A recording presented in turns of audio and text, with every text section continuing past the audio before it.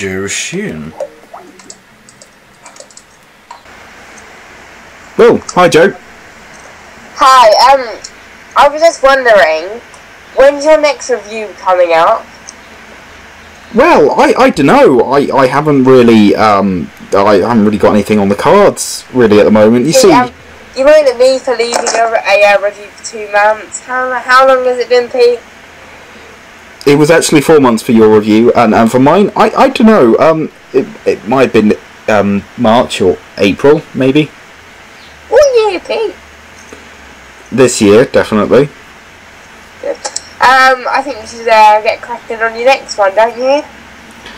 Well, okay, what's next on the list? The Unquiet Dead. Oh, right, okay.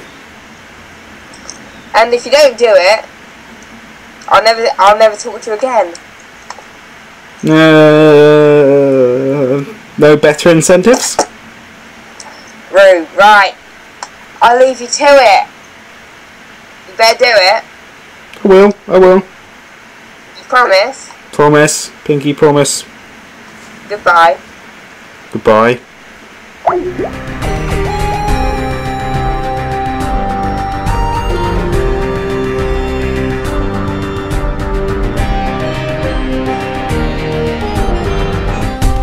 Hello everyone, sorry for the lateness of this review. Yeah, I've been kind of busy, sorry. So my original plan was to try and do these episodes week by week for their 10th anniversary. That didn't work out very well, but yeah, here I am. I'm going to try and do my Unquiet Dead review. So, yeah, what do I think of the Unquiet Dead? Well, looking back on it, it ultimately serves as a quietly brilliant character piece on the Ninth Doctor, with some added ghosts and Charles Dickens to liven things up a bit. Charles Dickens himself is played by Simon Callow, who has played Dickens in various other productions beforehand and is brilliant in the role, with a standout scene being his conversation with the stage manager. Dickens starts the episode, as he says, like a ghost, condemned to repeat himself for all eternity, and upon his experience with the Doctor, Rose and the Gelth, finds a new side to the world that gives him a lot of life by the end, almost the polar opposite to the Gelth.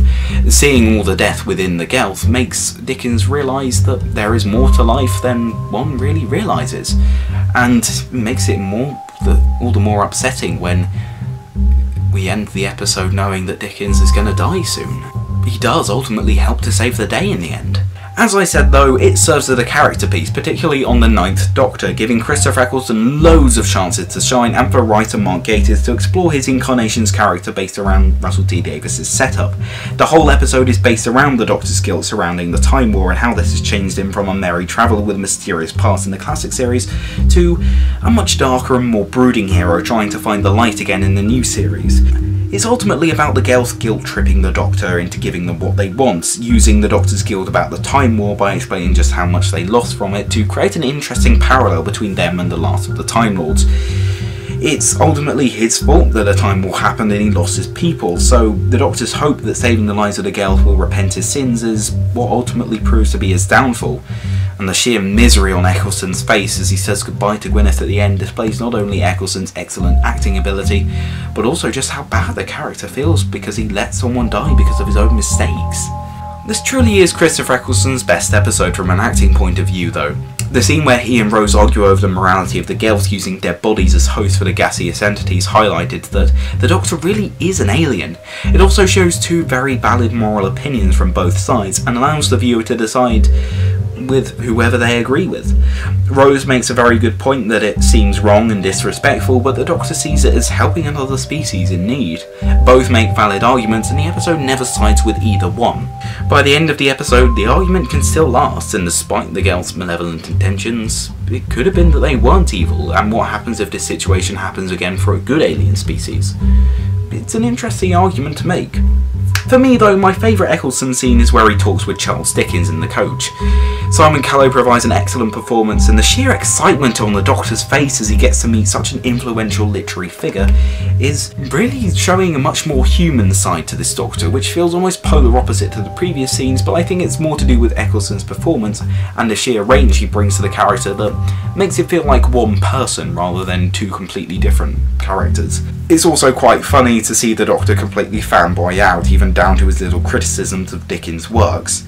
The episode is very much a gothic horror story though, and feels almost like some bad joke on the part of Mark Gatiss with Charles Dickens meeting ghosts, zombies and an alien at Christmas Eve, even down to the inclusion of Dickens reading from A Christmas Carol at the beginning of the episode. This being a horror episode though, we do have our stock characters, the unlikable and slimy Mr. Sneed, who gets picked up quite early on, even after such hilariously grim lines as, "We've got another one." Although Gwyneth is much more of the sweet innocent, whose death really does mean something in the episode, and Charles Dickens is of course a skeptic who ends the episode with a much more open mind from his experience. The Unquiet Dead is probably one of the most morbid and terrifying episodes in Doctor Who's 50-year history, and displays the creative team's will to explore different tones and approaches to the show in the first of the revived seasons. If there is one problem with this experimentation in tone for the series, it's that this episode is followed by the much more silly Aliens of London and World War III, a two-part story with farting aliens and way too much bottom humour.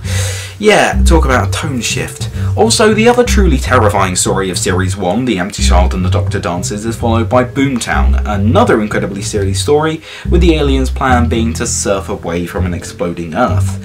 The fact that the two scariest stories of the series are followed by the two silliest stories of the series show a lack of actual focus on the tone for Series 1, while in terms of narrative the story's places in the series makes total sense, tonally, they just don't work at all. It's a problem with the series more than the actual episode in question, but it's a flaw nonetheless. Overall though, The Unquiet Dead is a brilliant story with a dark and slightly morbid tone enhanced with some terrific character moments, and some really great lines of dialogue from Mark Gatiss. The girls are terrifying, the 19th century aesthetic is brilliantly realised, and the ultimate character arc for the Doctor, utilising the element of the Time War established just in the previous episode, works wonderfully, and shows just how great a showrunner Russell T Davies was for the first series. The music by Murray Gold is subtly used, and not used very much at that. It's suitably creepy. The Unquiet Dead is a truly brilliant episode, and one I really enjoy. I give it a 10 out of 10. So, thank you for watching. If you like this video, please consider subscribing to my channel for more videos like this. And what did you think of The Unquiet Dead? Comment below and let me know. So yeah, I might get on and review Aliens of London and World War III at some point. Bear with me on that.